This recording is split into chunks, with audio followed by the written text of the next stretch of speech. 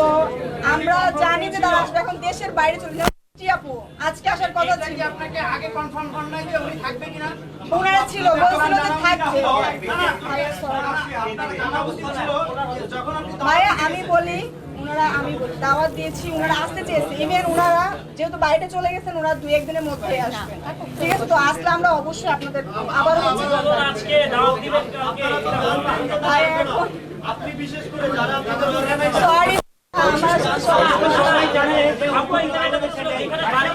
আজকের এই অনুষ্ঠানে আপনার স্কেডিউলটা কয়টার ছিল? মানে গণমাধ্যম কি আপনি একটু অনেস্টলি বলেন না, আগে আমরা একটু শুনি আগে ওনার। আমার মনে হয় আমি ফার্স্ট গেস্ট আজকে এখানে প্রেজেন্ট হয়েছি, রাইট? আমি কিন্তু অনেক আগে রেডি হয়েছি। আমি 5টার সময় আমার একটা লাইভ সেশন গেছে, আমার পেজে দেখবেন। সো আমি রেডি হয়ে গুলশান এরিয়াতে এসে ওয়েট করেছি। সো আমাদের গেস্টরা এখনো এসে পৌঁছায়নি ট্রাফিক জ্যামের কারণে। সো আমি বলছিলাম যে আপু আমি অ্যাটলিস্ট চলে আসি, না হলে আমাদের সাংবাদিক ভাইরা ওনারা বসে বসে বোর হবে। তো এই জন্য আমি চলে আসলাম। বাট বাকি সকল গেস্ট এখনো অন দ্য ওয়েতে আছে। এটা আসলে যার যার বিষয়, কিন্তু আপনারা যারা আমার সাথে কাজ করেন আপনারা জানেন আমি অলওয়েজই টাইম মেনটেন করি।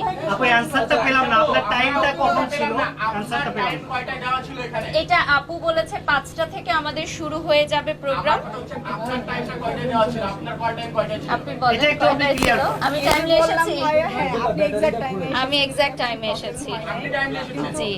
আচ্ছা আপু, একটা বিষয় সেটা হচ্ছে যে আকাশে চাঁদ উঠলে সবাই দেখবে, কিন্তু চাঁদটা এত দেরি কেন? আর আমাদের কি বা এভাবে